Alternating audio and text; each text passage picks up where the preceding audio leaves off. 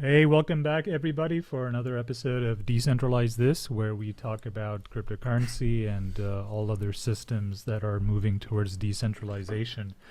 We wanted to sort of make this episode to talk about not crypto this time, but sort of the media landscape, because there have been a few rather important things that have happened over the last several days. Don Lemon. I was, by the way, Doug, I was on a Twitter space the other day, and I don't know if people were making fun of the name, but everyone was calling him Don Limon. For whatever reason, I think it's actually Lemon. But besides Mr. Limon or Lemon, Tucker Carlson is also out of Fox News. Both Yeah. those things happened in exactly hours of each other. hmm And it's sort of a testament to how some of the most well recognized names in mainstream media are now out the door. I would say that Tucker Carlson is probably a lot bigger in influence than Don Limon. But what do you make, Doug? What do you make of sort of these firings, and what do you think it sort of says about the state of mainstream media? What are your thoughts? There's a couple places I go initially. I'm forgetting the gentleman's name, but I don't know if it was. I know the Tucker Carlson and Lemon thing was within Monday. And what's today? Tuesday now, so within the Yeah. last 24 hours. But the past week, NBC Universal, I saw some headlines. Their CEO or CFO was sexual harassment stuff, so they gave him a parting package, blah blah blah. Probably just stuffed the turkey and everyone's happy with it. But I'm like you. I'm definitely not a conspiracy guy, but I'm also, ever since just being in crypto, I've just kind of learned in the last, like we always talk about, 5 years of tomfoolery with Congress and Trump, Biden, this, that, and the third. You can't believe in coincidences, and we always kind of do talk about like watershed moments and turning points, whether that's with the legacy media, crypto, technology. Like we said, in 5 years, you look back at this whole Chat GPT, this AI stuff, and a lot of things are going to seem obvious in 5 years. But right now we're kind of building the plane while we're flying it. So yeah, I do find it just a little ironic, like you said, within hours, like the two poster children of the last decade of news. I mean, you can't find anyone. Even my brother doesn't give a shit about news. He's 17, chasing girls in high school. But I mean, $100, he could easily tell you who Tucker Carlson and Don Lemon out of 100 pictures are. So the fact, like you said, within 24 hours, the poster children of the decade legacy news just got clipped. I don't think it's a coincidence. So that's my initial impression. So, what is it indicative of? If you don't think it's a coincidence, what do you think is the larger underlying movement that is responsible for both of these people being out the door? I don't think it's one thing. I mean, I know you're assuming it's not one thing either. Like, we always say, like, one thing is never one thing. That's kind of the whole point. Like, decentralization is you have a lot of moving parts, you get to one endpoint. But the reason I state that is we've talked about this too, especially with everything that happened after COVID. A lot of the left right, they kind of like swapped their trading cards and their talking points. We've talked about this too, that by the end of the decade, the blue chip stocks, the Facebook and Googles, they're obviously not going anywhere, like the PepsiCos, the Home Depots, the Walmarts. But they got their alpha over the last 10 years after all this 0% interest rate fund money monopoly game we've been playing with the Fed. So 10 years from now, what's going to be those next alpha stocks? It is not going to be Facebook and Google again, and Amazon. They're not going anywhere, but they're not going to be doubling anytime soon. They already reached their peak. So I know a couple episodes ago we talked about that. What's going to be the next thing to replace Facebook, PepsiCo, Amazon, etc. I think it's the same thing too. I think after COVID, and there was a lot of debate about all the voting accuracy. There's still some people that were like quacks. I got a buddy who still thinks like Trump's the president, and a lot of people are like a month, like 6 months into Biden, they're like, dude, this guy is the brain cells of a house plant. So the reason I bring all that up, I think even CNN and Fox, like we said, we've talked about this. They're getting their ducks cooked by the Lex Friedmans, the Joe Rogans, the Sam Harrises of the world, and they have almost zero production time. We do these episodes and we cook them out, put them out within like 24, 48 hours, and those guys, will have some of the world's greatest minds on, talk for 4 hours unedited, maybe a couple commercials and ads, because they obviously they have maintenance and they got to keep their production team up. But Lex will turn his shit around in 12, 14 hours, where Fox CNN has these $1 billion infrastructures that are lagging and just can't keep up. So the reason I bring that up is, I think we've talked about this. Fox and CNN, the NBCs of the world realize that, after COVID, especially in the last couple of years, they're losing their lunch money. And, obviously I can't predict like exactly what they're going to do, but sometimes, you just kind of have to scorch earth and start over. And I think that's part of the reason they're like, okay, we had a fun run with Tucker and Don Lemon, but that was like, the kind of start of this whole social media, going into Web3, whatever we're calling this shit. So I think they're realizing that it's time for a fresh start. And I don't think they're really that smart. I think they're still going to fumble this, but I think in their minds they're like, all right, we can kind of scorched earth, start over, and maybe we can salvage this and get Joe Rogan's lunch money back from Lamont. From Lamont. Yeah, it's coincidentally, like me and you have talked about this on this podcast as well, about the ongoing decentralization of the media landscape, where the people who are just sort of making podcasts like Joe Rogan or Lex Friedman or, Huberman or, pick your whatever, there's like some 200 very prominent, or if not several hundred very prominent YouTubers that talk about, not just YouTube, but, on Apple podcasts and just regular Spotify podcasts as well, that talk about a whole range of issues. And it's very likely that in the, arena of just near infinite options, the consumer is sort of going to the place that they feel they're getting a authentic voice. And one of the problems with mainstream media is, unfortunately, they really are just sort of being led by the nose by their corporate interests. So CNN is not going to ever allow any anchor on the air that speaks, say, for example, against Joe Biden, like just as an example, right? In a really biting and then sort of very honest and aggressive way.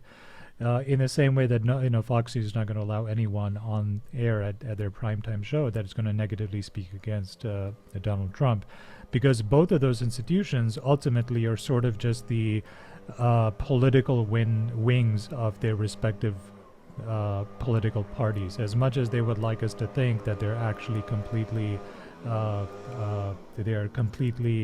independent and they have journalistic integrity, the fact of the matter is the public knows that they're all just full of complete horseshit, right? The era of media being a trustworthy source of information, where you turn the TV on and someone like Walter Cronkite, who neither of us are alive, were alive back then to view, but by all accounts, he was considered to be one of the most trusted men in America, because when he got on air and he said something, he didn't have an agenda. One of the other things to keep in mind is some of these media personalities like Anderson Cooper, Wolf Blitzer, Don Lemon, and Carlson, and even the other Fox News luminaries, right? Like what's that other fat guy's name? Hannity or whatever. Hannity, right? That's right. Yeah, Hannity. There you go. All of these people are worth tens of millions, if not hundreds of millions of dollars. I know for a fact, like Wolf Blitzer is worth over $100 million. So it just goes to show.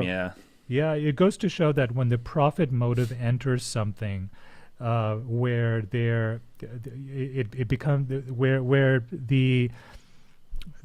a requirement to stick to truth.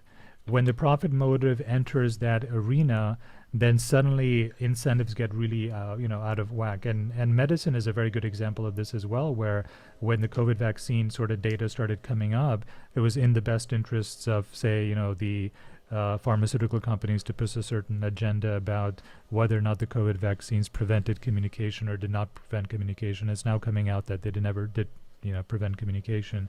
So it's not a problem that is specific to just mainstream media. Any sort of platform where the need to be honest and truthful, even if it hurts your bottom line, when the profit motive gets into that, then incentives become very perverse, and it's basically just a race to the bottom. And there's literally no mainstream media channel out there right now that you can turn on today in America and say, well, these guys are objective and they're fair and they're not just, pandering to a certain sort of segment of the population. Their goal seems to be that there's money to be made if we're able to sell advertising dollars to this sort of political class of people, right? And Fox News, that's the right wing, and for MSNBC and CNN, that's the left wing people.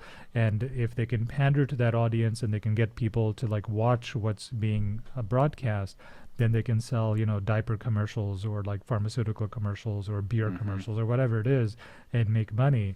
And what is true is just, a second order or third order concern, and that's been adequately demonstrated by the fact that Fox News settled this lawsuit for like almost $800 million against the Dominion voting machine systems for libel, basically, right? And I mean, that's $800 million right there, telling you that Fox basically admitted that they did, commit a giant error.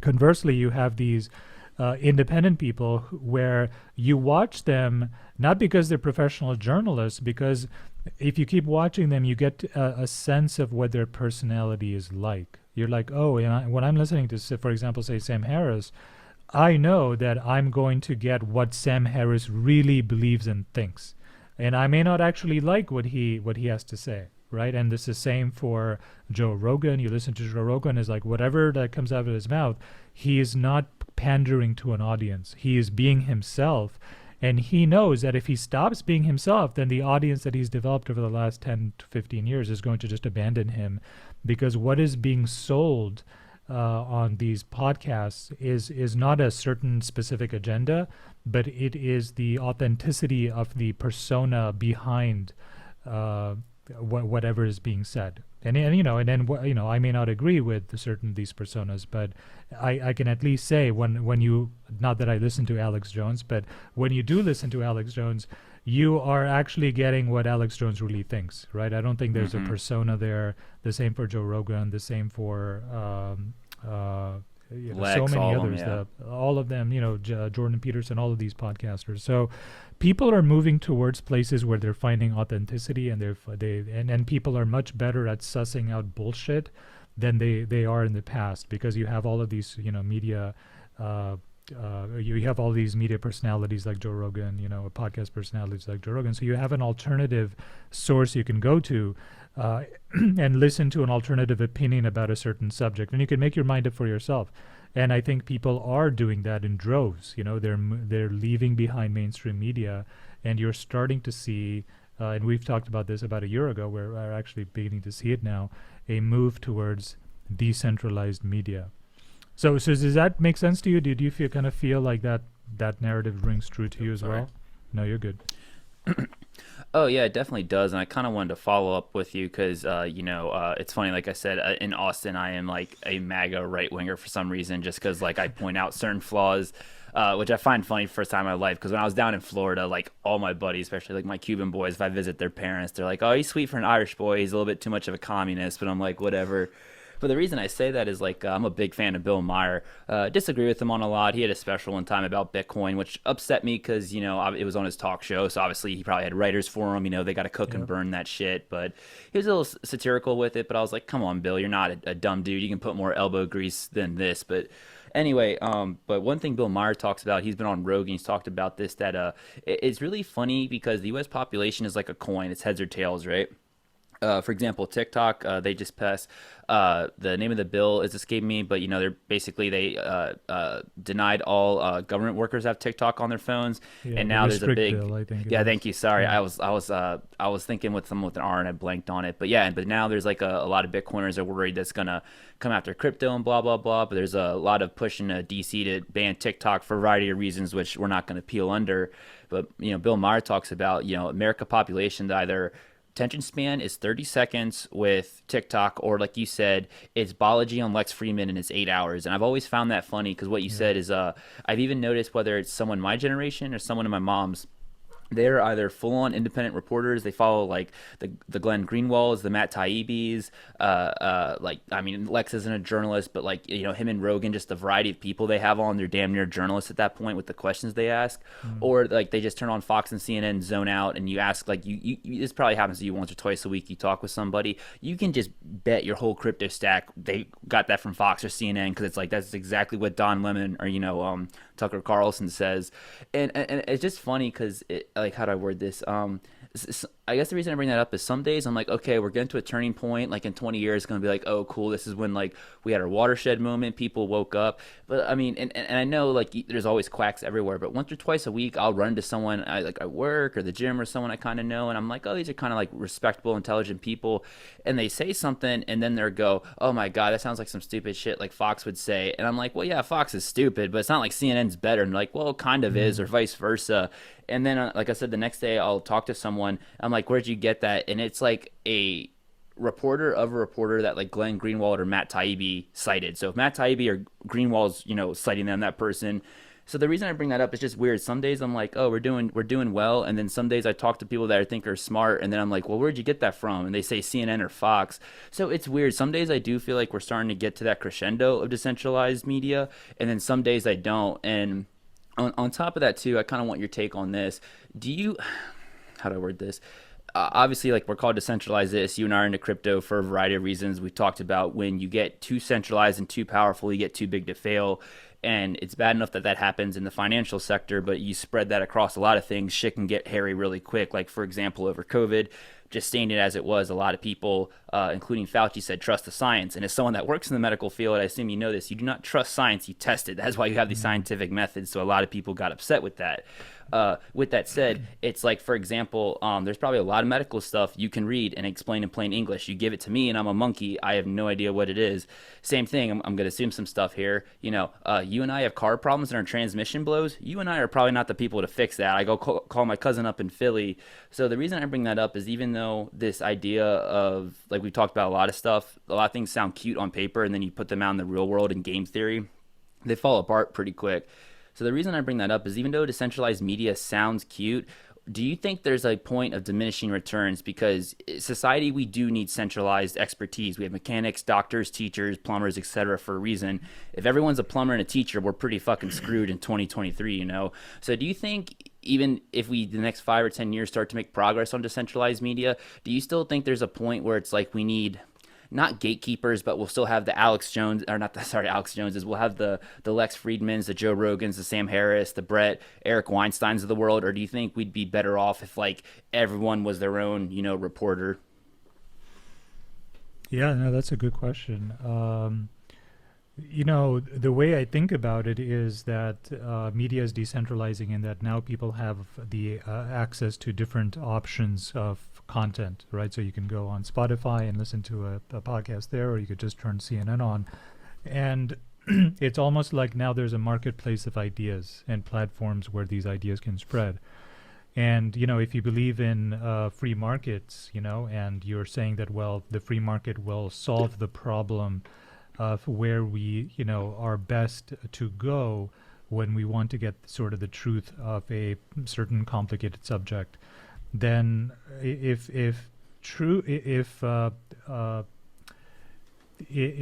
trust in a certain source is the value that that source provides, right? So, for example, if I start a my own one-man show, or maybe have a small team, and what we do is that we report on political events, right? And we give a very honest and a non-partisan, sort of very unbiased view of, say, politics. Let's, for example, say we're just covering the elections, right?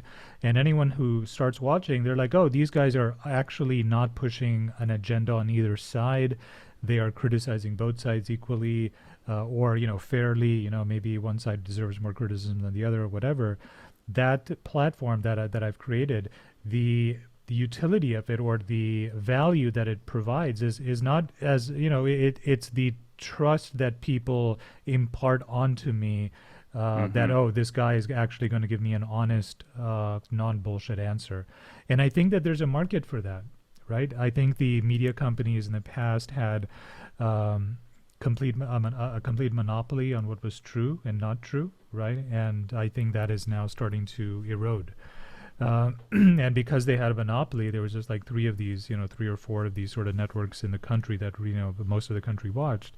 They could just go ahead and do whatever they wanted to. It's almost like this, right? It's almost like you have all of the banks that have decided that they're going to pay absolutely no interest rates to their depositors, and then you end up having something like cryptocurrency that comes around that allows you to be your own bank, right? And then the market has provided alternative solutions.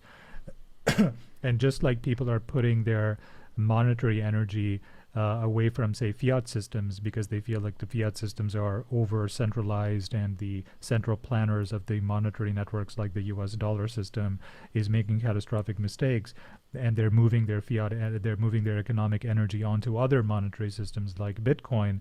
In a similar way as these podcasts and these alternative voices are rising up, people are putting their attentional value or their attentional sort of energy into these other platforms as well. They're no longer turning on CNN and giving their attention to CNN. They're giving their attention to a platform that they feel is honest and is fair, most importantly fair. So I do think that, as more players come into the system, there'll be more competition, and there's going to be, as a result of that, there's going to be a large segment of the population that will find sources that they're like, okay, we trust these people, we know them, we've listened to them for many hours. They don't have a sort of heavily processed, the mainstream media diet is almost like junk food, right? It's so heavily processed. It really is. That's a great analogy. It really is. It's heavily processed. It has a certain sort of tight agenda. Is like let's give you minimum cost nutrition. It doesn't have to be good for you, right? But it's easy to package together, right? And what's easy is just some jackass getting on an opinion piece and just spouting up nonsense for an engagement, right? And Tucker Carlson, by the way, is guilty of that, just as Don Lemon is guilty of that, just like most of these clowns are guilty of that, right? I mean, I think when he was fired in Twitter, I got on Twitter Spaces right afterwards. And there was a lot of people who were like pro Tucker Carlson, is like, well, he's the savior, and he's being censored and stuff like that. I'm not a big fan of him because I think he's a grifter just like anybody else. I think they're all equally bad. I think maybe Tucker is more effective than, say, Don Lemon was, and he had more sort of eyeballs that watched him, and he's perhaps more influential. But I put him right up there next to all the other grifters, all the other people who are, just sort of selling a certain sort of agenda, right? I don't know. Does that sort of speak true to you, that more people are going to start finding sort of platforms that they feel represent the truth? And if so, can you see any sort of downsides to this movement, this trend towards decentralized media?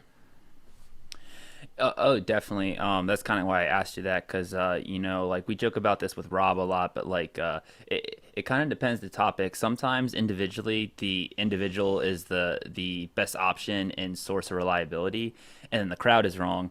And then on the flip side, you as an individual, you might be stupid, but the crowd might be right, and it just like depends. And that's the thing. It's like we've seen it in crypto, man. Like it's just crazy how people would get into stuff, and they're like, oh, this is no way it could fail, and you get in that echo chamber, which is just the equivalent of Fox, CNN. And if everyone else is telling you there's no way it could fail, whether it's back in 2017 when I got into space with BitConnect, or it was like even some of the stuff like after Terra, like obviously blew up and there was no recovery. I don't know, like you might have to correct me here. It was like even like a month afterwards, there was like stuff on. I mean, it's Twitter. It's not a philosophical chamber by any means, but there were like spaces where it's like, oh, you could recover this, or even like when Doge had its mania, there were some people that were like, oh, hypothetically, you could get some engineers and fix this. And yeah, I am not a coder by any means, but it's like it's just code. So hypothetically, yes, you get some people on there and fix it, but it's like, what's the incentive for them? What's the ROI? There is none. You would pour hundreds of thousands of hours into work into something that's a meme shitcoin. So the reason I say that is, yes, I definitely do think people are going to branch off, and we're going to leave the I guess a good analogy. I think, like you said, we have a four-headed hydra right now, and what I think could happen by the end of the decade is maybe that turns into 12 or 24. And to your point, people will have more options. Where like by the end of the decade, you can't bitch and you can't be like, oh, it's just Fox or CNN. It's like, well, now you have 20 options. But the problem with that is, it's just like sometimes in disenfranchised parts of the world, sometimes it's better if you have one gang member in charge instead of 12, because then you just have a scrap up the poll.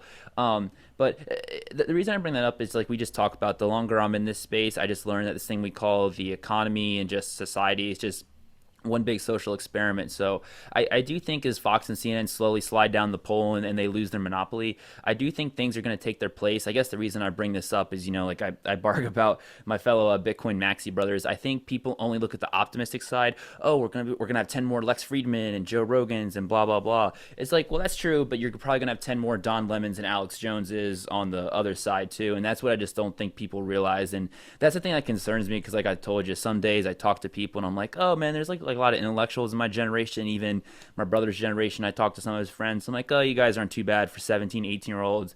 And then, like I tell you, like we'll have some guys at the meetup group. They're like, oh, I work for the city council, or I have a master's from Stanford, and they talk for like 90 seconds, and I give them a couple baseball, kickback questions, and they gas out. I'm like, my buddy, if you intellectually can't hang with me, you are not the guy to fix the world's problems. So, I do think stuff's going to branch out, but my only concern is I think people are only looking at the upside and not all the downside, and we're going to have both, which I'm trying to, mentally game theory prepare myself for going into the rest of this decade. Well, one one downside I could definitely see is the development of echo chambers, right? So if you want to believe that the world is run by lizard people, and you're definitely not going to be watching CNN or Fox News or any of the mainstream media channels, you could go down a very dark rabbit hole and convince yourself that the world is indeed run by lizard people. We were talking about this before we started, but the before on this meetup that we had on Sunday, Carl was telling me about one of the guys who attended one of our meetups once. He only came once or twice, but he was a very sort of anti-tax guy, and he was convinced that the U.S. was about to collapse in the next 6 months. This was about a year ago. And Carl said, he went to his house to sort of, learn more about sort of, tax mitigation strategies. And Carl says, well, as soon as I entered the house, I'm like, okay, let's get into it. And the guy says, well, do you want to actually get real here? Do you want to get serious? And Carl's like, yeah, I mean, I want to talk about taxes in a serious way. He says, well, okay, let's do this. Let's put our phones in the microwave first. And then Carl said, then the conversation went south, really fast. He says, lizard people were involved and that kind of, and the weird thing is Carl was saying that this guy really knew his stuff about taxes. Like he could have been a freaking like accountant or something. Like that's how smart the guy was. So like highly intelligent people could find conspiracy theories to marry themselves to that may give them sort of a meaning or a purpose, like, oh, like I have to fight against the lizard people, or, the earth is flat, or, pick your conspiracy theory sort of thing that speaks to you. And you're going to find plenty of podcasts out there that speak exactly to your specific sort of delusion that you want to be involved in. And the problem is that if in the next 5 to 10 years there is more economic carnage to come, usually in moments of economic turmoil, people get violent and they get tribal really fast, right? When times are tough, some people just really lose their shit, right? There's some people when times are tough, they reach within and they try to build themselves up and they try to sort of find strength within themselves. And then there's other people who just get destructive and crazy. Right, and I think we've seen some signs of that definitely in this country already, and it's not obvious to me that that's not going to continue to get worse. It could definitely get worse. So in a decentralized media landscape, it is very possible to have that become dystopian very fast, right? Because you have so many different sort of narrative structure or narrative centers that there isn't consensus about anything, right? You sit down next to, you go on some blind date, right? And you sit down next to what sounds like a really pleasant person in 5, 10 years time or whatever, and they look really pleasant, but then, you talk to them for 5 minutes, and it turns out this person believes in lizard people, and the Flat world is Earth. flat, and Elvis is still alive, and Robert Kennedy Jr. is still alive, and pick your conspiracy theory, and you're like, there's no way to penetrate this person, there's no way to like get through to them because they've just been watching these conspiracy theories for so long. And you can like go down a really dark rabbit hole, right? If you are sort of lost in life and looking Oh for hell something yeah. to believe in. The best way to find purpose in life sometimes is to create a false enemy, because now you have something to hate, something to rally against, something to blame for all your problems. And this is how like cults start, right? Like, why do all these people like do all these crazy things with cults, right? Is because they're looking for something. They're looking for somebody to tell them what to do and what to think. Most humans are followers. They're not leaders, right? And so when a lost soul finds a voice that tells them, well, this is the way to truth and redemption and happiness, and that might involve something very dark and violent, those sort of voices can come out from the decentralized media landscape that we're talking about right now, right? So you can definitely have pockets of complete, like, and utter depravity that comes out of the decentralized media landscape. I mean, I think that's the danger of any decentralized system, right? So even decentralized money like Bitcoin, could have a dark side as well, right? You could, people talk about, money laundering and all that other stuff, and perhaps, right? But That's just the tip of the iceberg. Yeah. yeah, I mean, if this really became a global reserve currency, or it became really, really big, then it's quite possible that you have some really dark things happening that you can't do anything about because you don't control the ledger, right? Whereas as opposed to when you have a centralized system, you have a lot more control over the ledger, and you can shut things down if you need to. You can print money if you need to, right? So there's some measure of control that you have in a centralized money system that you don't have in a decentralized system.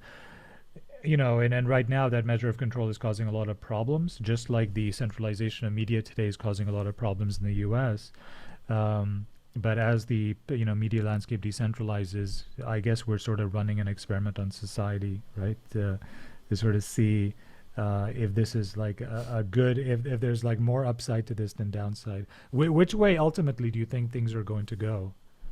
Do you have a sense of that? On the overall decentralized front, or are we still just kind of on that media tab? Yeah, no, the media thing, yeah. Like I said, it's tough, man. It kind of just depends like how my week's going and who I've interacted with. Because I know I said it, but I just like to be honest. Part of the reason I do go to the meetup, just besides we have a good group now, 12 people. Like we're all like pretty good friends. We sometimes we'll all go on our hikes and like other side stuff we all do outside the meetups. But and besides just keeping up with tabs on like everyone's verticals and expertise in this space, part of it too is just to ground me. Because like I said, man, Twitter is cool, but sometimes I'm like, holy hell, we are all just like crazy ass like lizard people. And then I go to the meetup, I'm like, okay, no, there's normal. And I think like we joke about that, but we've had like I would say at least every other week we have like a new person come, and they've said it like, oh, this is like the most level-headed group I've been to in a while. And I think that's one thing we pride ourselves. Because I mean, Yeah. same thing too. Like if people say some dumb shit, they'll press us on it. And like a couple weeks ago, like you Sanat, Isaac and I are cool. But I can't remember how it started, but Isaac was just, he's like, oh, I read this new paper, here's some numbers. And like 2 minutes in, you're like, look at this communist. And then like we all just kind of like jump in on him for a second, and then we're joking. And then I remember Sanat said some stuff, and I kind of pressed him on it. But like we're all cool, and that's kind of why we do it, because it's kind of, it's like on Twitter, you can just tweet some shit, you get a couple likes, interactions. But like when you're in Right. person, even though like, and that's one thing I told you, like it'd be cool to have Rob on here. And I love talking with Rob because like, he's a resident perma bear, and he's a little bit sarcastic, but he's a good guy. But on the same time too, if you say something, he'll, even if he agrees with you, he'll force you to defend your position. Because I've Right. said stuff I know he agrees with, but he pushes me on because that's his whole thing. But that whole tangent aside, it's like it's just a tough one, man. Because like like I said, I'll be interacting with some people, and even like I was off the last 2 days, but I got like another week's worth of work coming up, and I guarantee you, and one of my like old couple quacks are like on the left side, we're in Austin, they'll probably be cheering along like, oh, Tucker Carlson and all this anti-Semitic LGBTQ racist shit, and then I'll ask them, I'm like, okay, what LGBTQ anti-Semitic racist shit did he say? And then they'll start fluffing their wings or whatever. So that's what I mean. It's like some days I'm optimistic that this decentralization thing is upon us. It's going to be here soon, but we're still monkeys, and humans are very difficult to change. And my long-winded point with this, it wouldn't surprise me. There's a little gross comparison, but it's kind of true. Part of the reason the civil rights movement worked is just because a lot of the people that were 40 or 50 in the 60s, they died off by the 2000s. So it's like this whole generation grew up not seeing, segregated water fountains, buses, schools. So they're just like, oh, just be cool with people. And that my point with that is like, the people that are 50 plus now, they unfortunately probably might need to be dead by the time we have like a whole generation of people coming up where it's like, wait, what's a Fox or CNN? Like, it's kind of like I remember when I was back home, I was talking to my brother, and two of his friends came over, and one of them, his phone dinged. He's like, oh, my Amazon package is here. And he's like, yeah, it was bullshit. It took 3 days instead of 2 to get here. And I'm laughing. They're like, what? I'm like, man, y'all don't even remember like when they were a bookstore and it took like 14 days. Like, what do you mean bookstore? They thought I was joking. They had no clue that Amazon was originally a bookstore, and like the fast shipping was like 10 days. So, but my point is that's only a decade gap. So like, I think you're going to need a 20, 30 year process for us to like actually hit that decentralized media. And I guess my final ribbon on this too is like, we talked about this shit is moving so quick right now. I think what we picture in our head is this decentralized future and what it's going to be. Like you have the Facebook party frat cat poking thing, and then it's over to interfering with elections in 20 years. And, and now shit's moving 2-3x faster than that. So I think, like I said, it might take 20 or 30 years out, but I just think that runway is so far and shit's changing so quick. It's hard to tell what it's actually going to be like. So it's kind of hard for me to be optimistic just with, like I said, all those moving variables. Like I said, a lot of good's going to come out of it, but all that negative, I just think it's so hard to tell what it's going to be, Yeah, Elon Musk sort of figures into the conversation about decentralized media, because that's one of the things that I believe that he's attempting to do with Twitter now. And, he's a very polarizing figure. I'm very agnostic about him. Like, I'm like, whatever, like he makes great cars and he does SpaceX. So there's a lot of stuff that he has genuinely accomplished, and you just can't take that away from him. I do think he's got a bit of an ego that sometimes gets in the way. I think that's definitely true as well. But I do definitely think, though, that he does hope that Twitter becomes a platform where people can actually have a lot of these ideas sort of collide. If you have a certain take, you put it out there, you have people tear it apart, if it's bullshit, let these narratives compete with each other, right? Because that's not really what happens in these mainstream media conversations, right?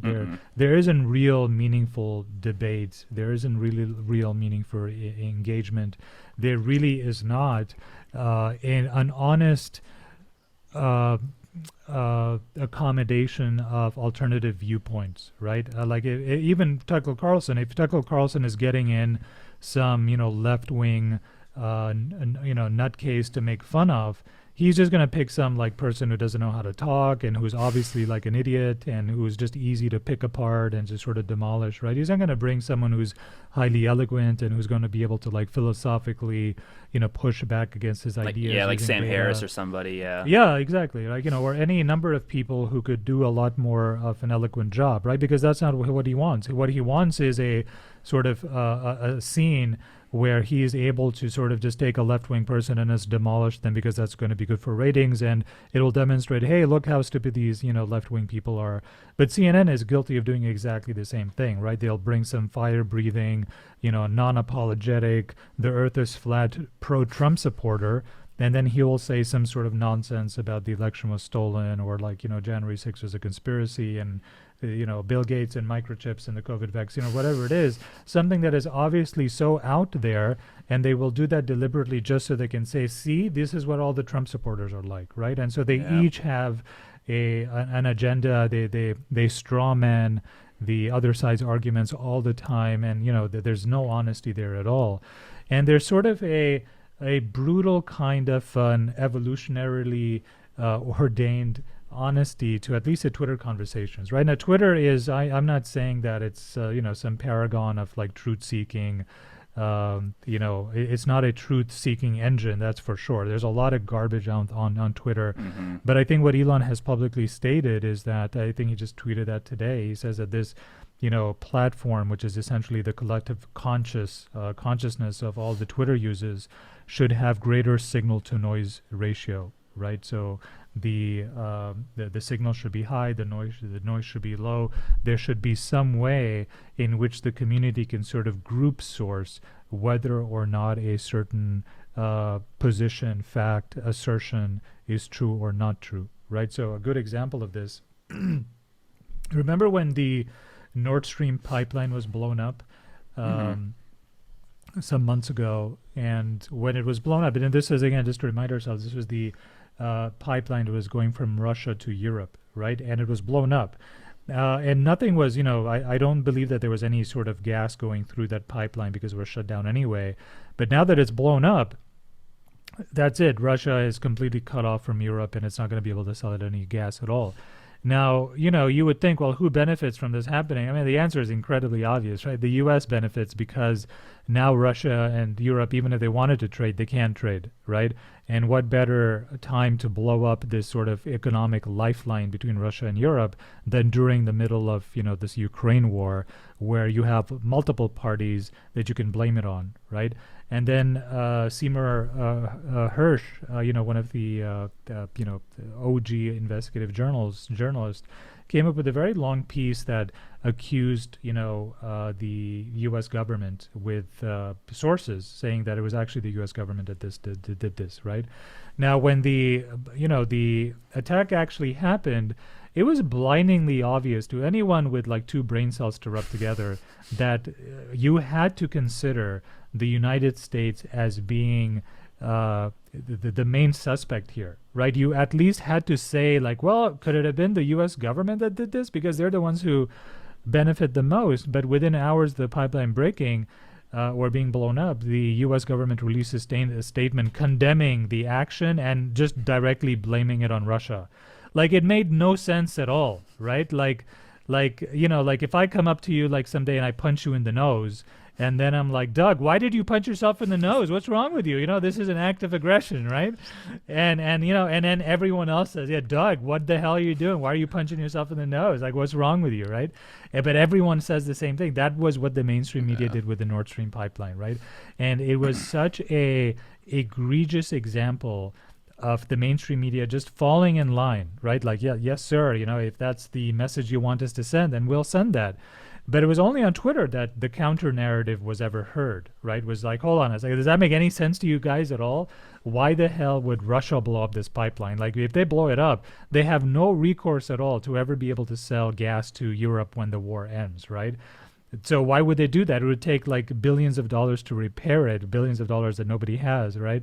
And that was the obvious counter narrative, and any honest CNN person would have like said, like, listen, this makes no sense at all, but they didn't do that.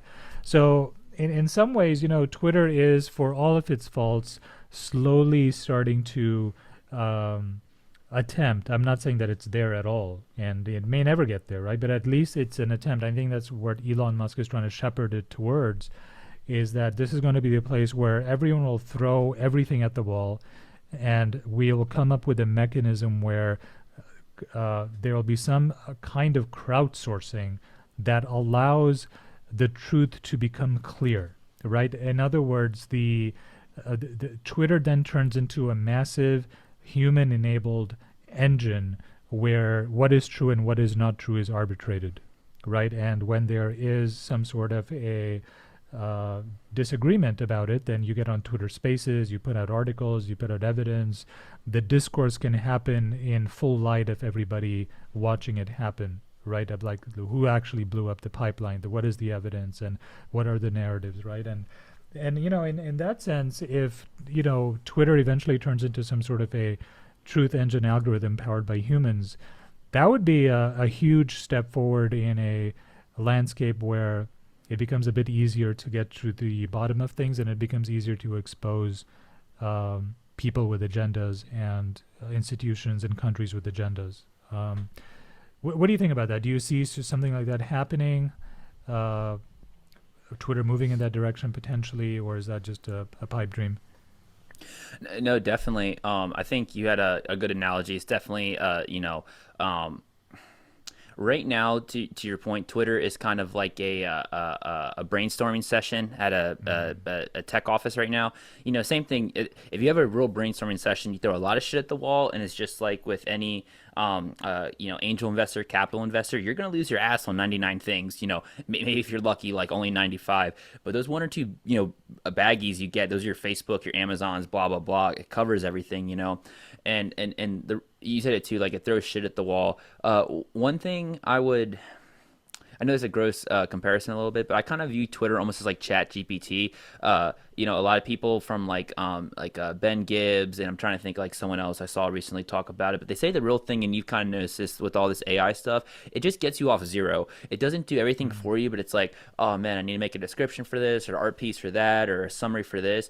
Even if you have to edit half it, you just put in like one or two things, and it gives you something to jump off of, which is like the hardest thing for almost anyone with anything getting off Yeah. zero. And I kind of compared Twitter to that because I remember like when I got into Twitter space or crypto space like 5 years ago, man, I would go on Google and I'm like, who are notable people? And like he wasn't around at the time, but I would get like BitBoy Crypto, and there was a guy called Trevon James. I don't know if you remember him. He was one of the BitConnect guys, bro. He was a clown, man, but he had like 2 million followers. He was worse than BitBoy. Oh But I was wow. like, man, this is dog shit. So long story short, I started following some people on Twitter, and then basically the reason I bring up the AI thing, it would get me off zero. So someone would say something, whether I agree with it or not is a whole separate thing. But that someone, Twitter, it's all about getting interactions. Someone like Lynn Alden or Scott Middlecoop or Plan B or Peter McCormick. I mean, I can just go on for hours. They would all say something, and I'm like, even if I disagree with that person, I would hit their thumbnail. I'm like, oh, they have a YouTube channel, they have a Patreon. So my point is, even with as censored as Twitter was back then, and still kind of is, it would just like someone would say something, and then you could see all the replies because the algorithm, and then you meet new people. So to your point, if it even gets more unfiltered, and I think one thing too to clarify, like nothing is ever perfect because all this stuff is ran by humans. At the end of the day, I know we all know this. But I guess one thing I want your opinion on this too. Do you necessarily have an issue with people having an agenda, or do you just have an issue like not necessarily you, but do you think most people have an issue with people having an agenda because everyone has an agenda, or people just have like a snake oil salesman agenda where they kind of flip flop. I think I care most about intellectual honesty, right? So, um, so for example, when Tucker Carlson, who's definitely a right wing guy, brings on some left wing person, with just some like there was one clip that I saw, I think it was on TikTok or something, where Tucker Carlson was interviewing some left wing professor or whatever it was, right? And she just looked like just a basket case herself. She looked like she was on medication, and her job, in the interview, was to make the argument, because that's the argument that she was making on her own TikTok or whatever, that math, like mathematics, was racist in some way, right? So just like the most ridiculous kind of position to have. And Tucker Carlson, well, let's bring this guy on, right, or this lady on, and you can see what he's doing there, right? You can see that, oh, yes, I'm right wing, but let me, prove to everybody how stupid left wing people are by bringing in like the dumbest left wing person I can find who has like the dumbest position ever, and then demonstrating to everybody that, look, people, aren't the left wing people like really crazy. And I'm not left wing or right wing at all, but I care about like intellectual honesty, like, Mm-hmm. enter the conversation with, by all means, you should have a strong position about what is true, but as you are dialoguing with somebody else, keep your mind open to the other person's perspective, or have intellectually rigorous and honest counterpoints to their position, right? And not just like, let's make fun of the stupid person the left wing person who thinks that math is racist, right? I mean, which is really dumb. So there's nothing wrong with having a preset kind of perspective, or another word I guess is agenda for it as well. I don't think there's anything wrong with that, but as you are pushing that and you collide with counter narratives to your narrative, then you should, still assume a posture of open-mindedness, of empathy for the other person's position, of a respect for the arguments that they make, and not make ad hominem attacks on the other person, not attack their personality or their character or their personhood, but attack their ideas, right? And whenever I see that happen, right, I mean, I love debates between two people who have completely opposite viewpoints, as long as it's done in a manner that is honest and is seeking to try to arrive at the truth. Because if both parties do that, right, just imagine a world, right, where there's a mainstream media interview where the host is honestly trying to get to the strongest possible case that the other person can bring to the table, right? Like, if you're a left-wing person, like, let's for example say, Tucker Carlson is not a fan of increasing taxes, right? Well, let's say that he brings on Bernie Sanders on for a long form interview where they sort of debate, like, is more taxes or less taxes better for the country, right? But of course they're not going to do that, right? He's going to come up with some horseshit thing that Bernie said, and he's going to make fun of them and like, look, see, communist, right? And who wants to be like these people? So that's really what gets me, when I feel that the narrative is just sort of becoming rhetorical, where the people who are presenting are basically just pushing an agenda. They're waking up in the morning and saying, okay, I have an agenda. How can I steamroll this agenda, this perspective forward, irrespective of whatever counter arguments or truths may come in the way, right? Because my persona now is that I'm a right-wing person or a left-wing person, and if I suddenly change my mind, people will think that I'm a hypocrite, and they'll leave the channel, they'll stop watching me. And this is one of the things where I admire Sam Harris for the most, right? Because I don't listen to him that much anymore. Like, Sam Harris has alienated, I think, half of his listeners, right? And well, after that Hunter Biden, like, I was I've read his books. I would keep tabs on him, especially when I went on Jordan Peterson and he went on Rogan. But yeah, after that Hunter Biden thing, I was like, come on, bro, like he speaks a couple languages, and I'm like, that didn't like run through your head one more time before you said it on an interview that's going out to live television. Like, so I know it doesn't surprise me. Yeah. But at the same time, I feel like he's like completely intellectually honest, right? So he will tell you what he really thinks, and he will, I think, honestly consider other people's opinions. Now, what I like about him is that he follows his truth no matter what it does to his audience, right? So he has alienated a lot of people in the recent years, right? He left Twitter recently, and like you said, the Hunter Biden thing. There's people who have accused him of Trump derangement syndrome, and all sorts of stuff, right? But it doesn't matter to him, because he's like, I am just going to speak what I feel is true, and I'm going to defend myself, and you know how Sam Harris talks. He's like very methodical and slow, and he doesn't rush himself, and so then he's continued to do that. And in that sense, I admire him, because at least I know I'm getting like what Sam Harris actually believes in the moment. And Sam Harris isn't waking up and thinking, wow, I built this media empire for myself with my app and with my podcast and with my books. I'd better not rock the boat and say something controversial, because I'll lose a bunch of money, right? Which is what a lot of, mainstream media people are doing, right? Anderson Cooper isn't going to get on CNN tomorrow and start questioning Joe Biden, right? Even though in private conversations, I'm like, man, is this guy really the right person to like be running for president, But he's not going to do that on air, because that is not the mainstream media CNN narrative that they want him to push, right? CNN is supposed to be pro-Democrat. So that's where I really, I get triggered by intellectual dishonesty, right? Because it's really just lying, right, to your face, right? When you twist and turn facts, and you sort of like convince people with rhetorical devices that, a piece of paper is actually an onion, or like Trump is actually lizard people, or Joe Biden, like is a pedophile or whatever. Like, pick your thing, right? That, the agenda you want to push, and you try to convince people by just using clever rhetorical devices. There's a inherent dishonesty to that, which just really turns me off, right? And all of the mainstream media people are guilty of doing that. And the people that I respect the most in this space are people who are honestly trying to understand the other person's perspective. And I think the leader in this is like Lex Friedman. Like his stated goal is to listen to people with different perspectives. Like, so he'll sit down with Kanye West one day. Kanye, yeah, I watched Yeah. that twice. It was amazing.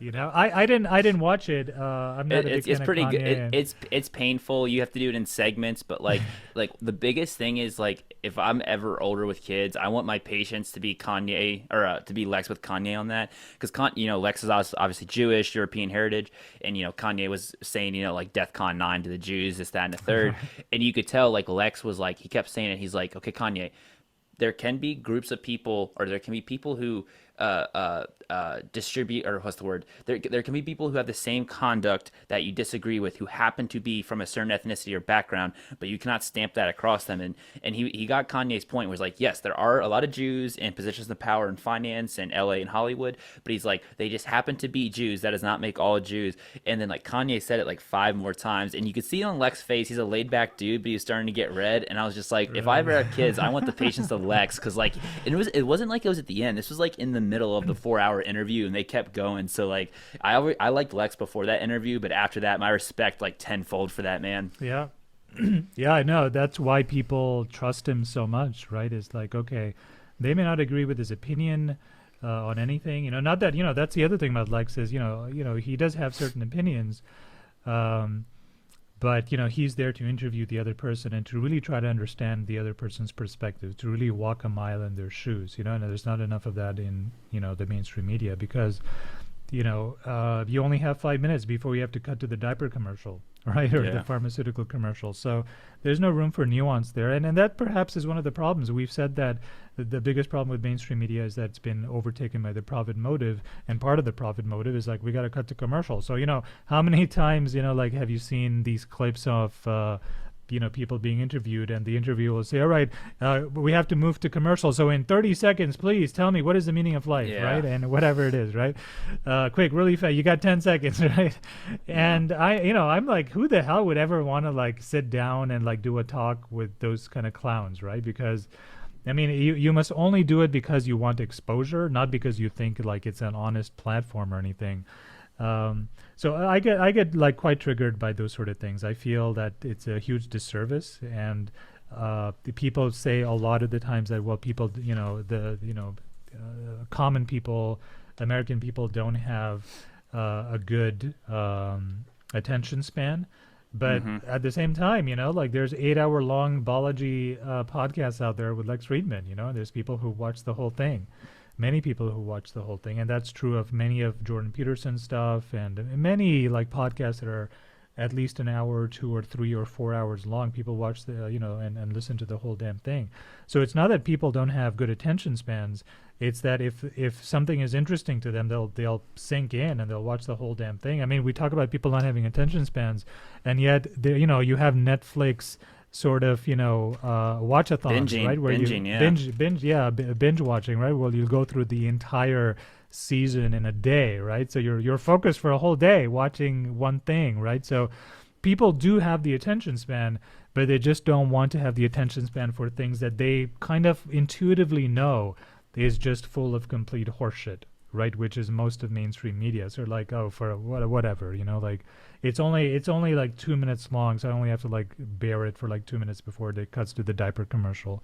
So maybe that's sort of my take on the direction things are heading in. I do think more and more voices are going to come out of the decentralized media landscape that are going to end up having a lot of power. Joe Rogan, for example, is an incredibly powerful person. He gets a political candidate, for presidency on the air, in this next coming election. I don't think he's going to do that, right? But you can bet your bottom dollar, like maybe Biden won't, right? But I'm sure DeSantis would love to sit down with Joe. There's a few other Republican, guys who are running these days who would love to sit down with the guy, right? And because it really increases their sort of visibility. The only issue, however, is that in the next 10 years, somebody could be coming out of that decentralized media landscape and be extremely powerful and be also extremely destructive, right? You could have like let's for example pretend that Alex Jones had the same amount of power as Joe Rogan, right? That would not be a good outcome, right? And but that's a possible outcome. And the only possible saving grace is that in that decentralized landscape, you have other platforms like Joe Rogan or whoever else that defeats and calls bullshit on the narratives that are being spread that are actually destructive. So, in hopefully the marketplace of ideas, the good ideas are the ones that sort of settle to the top. So that's what I'm hopeful for anyway. Yeah, no, like one thing on that whole thread you hit on, which I agree with, is just the honesty and transparency part. I always quote powerlifting, but like one thing I do love about powerlifting too is there's a even though it's just meatheads like doing ammonia salt, lifting a heavy stick, there's a deep like philosophical, almost like just Greek, like like Plato, Socrates aspect to it. Because, for example, there's some guys in the industry. I won't bore you with all the details, but there's some guys like Brad Castleberry and Mike O'Hearn. They're like 6'2", like 250, like 5% body fat year round. And basically, it's anyone listening that even kind of works out. Like you basically have to be on drugs to do that. But they sell all these products like, oh, I take this vitamin C or I But take this fish. I hear Pat O'Hearn is an addy. Well, yeah, that's the point. He Mike claims O'Hearn. that, yeah, and people just get upset because it's like, dude, like you obviously have a great work ethic, your diet's on point, and if people think the only thing between you and Mike O'Hearn is a little bit of D-ball and trend, you're a fucking idiot. But people get Yeah. upset because he sells all these supplements, like, oh, this is how I stay natural with my duck eggs. Meanwhile, you Mm. have people like Pete Rubish, I'm blanking out right now, Dave Tate, Dave Hoff, and they even say it. They're like, oh, I take this, and this 16 weeks out for a competition, and they say, I am going for the world deadlift record. This is probably going to take 5 years off my life at the end, but I'm cool with that. If you're Doug Martin living in Austin and you have a 430 deadlift, you do not need to be taking this shit. And like, no one calls them out on their drug use because they're honest and transparent. And that's like one thing I pride myself on too. It's like I've worked with tons of people, new people, flat out to my face. They're like, dude, I don't like working with you. You're annoying, this, that, and the third. All you do is talk about Bitcoin and powerlifting. But they're like, you're an honest motherfucker and you work hard. And like, that's like one thing, like you said, I think just whether it's Lex Friedman, Sam Harris, Joe Rogan, even Peterson recently, he's been a little bit mouthy on Twitter and he's kind of said some other stuff where I'm like, yeah, you might need to take a month or two off from social media. But I still respect Mm. how like he's just putting it out there, and I can tell it's like unbridled, unedited Jordan Peterson. And I guess a good segue on that, like we were talking about, people can't be honest with these sound bites. And obviously, we're, I don't know if you saw this morning, I think it was like about 9 a.m. our time, Joe Biden officially put out his 2024 campaign ad. It was real cringy. I watched it twice. It was painful. But then I was thinking, I'm like, oh, God, we're probably, whatever it is, 6 months between him, Trump debate round 3 or DeSantis. Oh God. And even if it's just those two, you kind of said it that, they give them softball questions and they're like, oh, in 30 Mm. seconds, tell me how you're going to reform inner city schools or whatever. And here, one thing I brought that up is because when I was down in Florida, I had a couple international roommates and some friends, and there's a lot of great things about America, but there's a lot of things we can learn about the rest of the world. I don't know about like Pakistan and the rest of like the Middle East, but I know especially in Europe, let's say they have 10 candidates running, every weekend they'll give, okay, Bobby, you have 2 hours on whatever their version of CNN is. You can talk about whatever you want for 2 hours. Like there'll be their little commercials, but it's like once your 2 hours is up, you're done. Okay, Sarah, next Saturday. So they give them 2 hours to talk about whatever they want. And I was like, how come we don't do that? Because I assume you and everyone watching saw the Trump Biden debates over COVID. It was like watching two monkeys fling shit at each other. And I was like, one of these idiots is going to have the nuclear codes. And I forget the gentleman's name, but he was the correspondent at NBC. But he literally had to tell both of them to shut the hell up because they kept talking over each other. But I was like, what do you expect? Both these are old boomers. Their egos are as like tall as like, like like a California redwood. And you're asking them how they're going to fix the economy in 30 seconds. And like, and that's another thing, I guess like I kind of wanted your take on too, it the whole decentralized thing. It's like, do you think, how do I word this? Like you said, there's a lot of obvious evidence that this current media pillar is part of the reason that information is so fucked up. You could say it skews people's voting. Do you think also too, and I know this is easier said than done, it's kind of like making senators write their own term limits, but do you think like we're not going to have like a real open presidential election until we almost, like I said, have like 2 hour like until more candidates start going on Joe Rogan, Lex Freeman, Jordan Peterson, do you think until that happens we're not going to get like a real president where people can go, oh, what does Tulsi Gabbard think? Well, she went on Lex Freeman for 4 hours. Like, don't watch the 30-minute debate. She talked for 4 hours. You get to Yeah. know everything she thinks. So do you think this upcoming campaign, this presidential campaign's a wash, and like we're not going to get a real shot at a real president until 2028? Man, that's I don't even want to think about the next elections.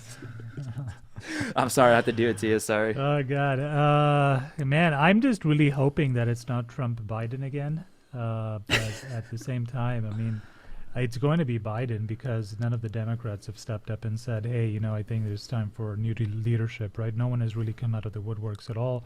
And the unfortunate truth is, we've already known from the past that the Democratic National Party selects its winners. They do an inside straw poll or whatever, Yeah. and that's how Biden became the candidate the last time, right? Remember how everyone Wasn't he polling dropped at out? like 4? Yeah, wasn't he like at 4% or something stupid? And then like he came out of the woodworks or whatever. Yeah, like you said, it was like one by one within like a 2 week window. It was crazy. Yeah, all the other candidates dropped out, and I think what had happened is the DNC just got everyone together and like, okay, we need you to drop the fuck out. You had, your exposure, you got your profile up. Now it's time to just get lost. And like overnight, he was declared the candidate, right? So the That's DNC crazy. is not going to allow anybody but Biden. So I don't think there's any chance at all, unfortunately, that we're ever going to see anyone from the Democrats besides Biden. And I think they're shooting themselves in the foot because this is exactly what they did with Hillary Clinton, back when she was running against Sanders. They put their finger on the scale against Sanders, and he essentially lost because the DNC basically played favorites, right? Um, so that's just the DNC being the DNC, right? I mean, there's a lot of corruption in the Democratic Party in terms of how they select their presidential candidates, and they probably think Biden is a very pliable and controllable person. They can get what they need out of him. The RNC, the Republican side, is a bit up in the air, right? Because there are some candidates out there who are keen on upsetting the apple cart and having a new generation of people come in. So DeSantis is obviously the biggest contender.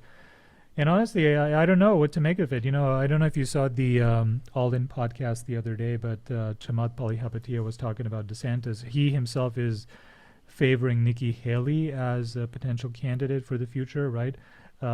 So he's not a DeSantis guy. He doesn't like him very much. And one of the things he said about DeSantis is that the problem with DeSantis is that everybody likes him until they actually meet the guy and spend some time with him. and then the more time they spend with him, the less they actually like him. So I don't know what that's about, right? But the guy hasn't actually declared his intention to run yet, and we don't actually even know what his policies really are, right? Like, get him in a chair where you start asking him questions that are pertinent to a presidential candidate and see what comes out of his mouth. Right now, he just seems to be the most appealing person who hasn't even yet declared his candidacy, simply because no one wants it to be Trump, really. I was No gonna one wants say it to be his Biden. his best talking points. He's not Trump. Yeah. Yeah.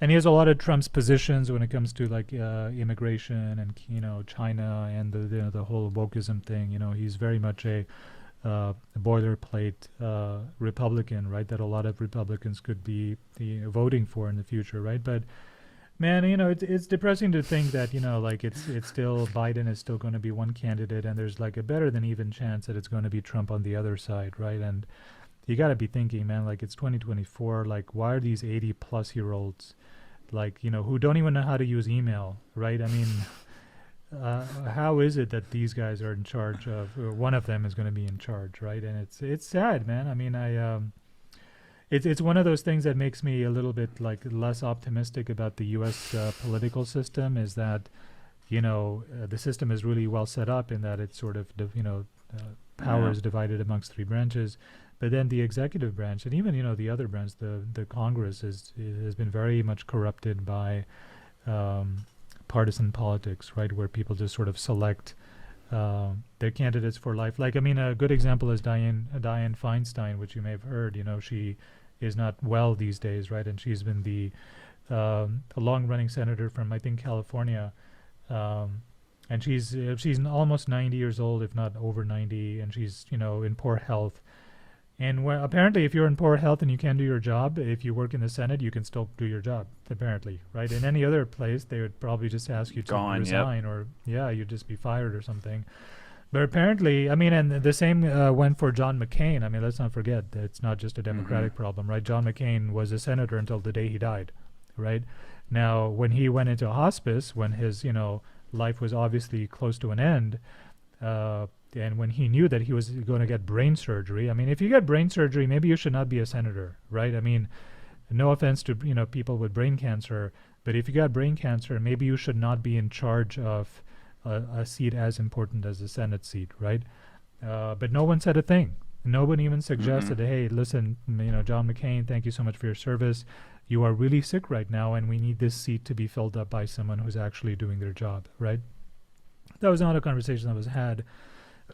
I don't know what's going to happen in the next elections, but I do know that as we get there, there's going to be a plethora of decentralized media sources for us to be able to dip into. Whereas 2016 was all about mainstream media hyping things up. It'll be interesting to see if the narrative is different, if this is going to be the Twitter election, right? If a lot of mobilization is going to happen on, and Twitter is basically just a name hold for the idea of decentralized media being influential, coming forward. So those are sort of my thoughts. It's going to be a bit of a circus, but I'm hoping that the circus will be a bit more decentralized this time than not. Yeah, no, I'm with you. I joke with a lot of people. I think like something good to end on. I've never voted. I view voting as just it's basically my business. It is my vote is my property. If I want to go get food or clothes, card, you name it, you have to earn my business. If I do not like what you're offering or your service, I will go somewhere else or just sit on my cash until I feel like that's most utilized properly. And I joke with people. I think voting. There's a lot of evidence that in the last 10, 20 years, the U.S. vote has basically turned into the adult equivalent of writing your letter to Santa Claus. And then, like you said, in the last, let's call it 4 to 8 years, it's writing your letter to Santa Claus because you're scared of the Grinch. I know so many people that voted for Biden because they didn't like Trump. And it's like you don't do anything else in your life like that. You don't get a job because, I mean, you kind of do. You get a new job because you hate your old job. You don't date someone new because you hate your partner. Like, you don't really do that. You always try to go to something that's just better and then leave the past behind. So I'm like you. I get a headache thinking about it, but unfortunately, like we said, it's 9 months away. You nailed it too. It's going to take a while with this decentralization unfolding. I do think, like I mentioned with other countries, Rome wasn't built overnight, but we are definitely going to have to get more than two parties in here because, like you said, this whole two-party system is just not working. It's obvious. The Libertarian and the Green Party are jokes. I was a fan of Andrew Yang. His Forward Party it's kind of stuck in the mud right now, so I think it's still a decade away, but I am hoping that, like you said, maybe we get some younger blood in there. We get 2 or 3 more parties where maybe it's not perfect, but it's like at least people have options, like we were saying, where they got, it's not just Fox, CNN. They got Lex, Joe, Alex, Lex Friedman, pick your poison, But it's a headache, man. But even though I do think voting is a little bit of a Ponzi scheme, I'm a little bit hopeful that unfortunately we'll have to toughen up this upcoming election. But maybe by 2028 or going into the end of 2030, there might be a hope. But who knows, man? Like you said, everything's moving so quick right now, man. We kind of have to keep stuff day by day. But I'm like you, I'm swallowing some Advil right now, trying to eat this upcoming election and hoping that the following one's better. But a boy can dream. So. Yeah, I think we should leave it on that highly optimistic note, as always. It's the best we can do for a Tuesday. I'm sorry. All right, man. Always a pleasure chatting, man. Until next time. No, definitely, brother. Keep it safe. All right, man.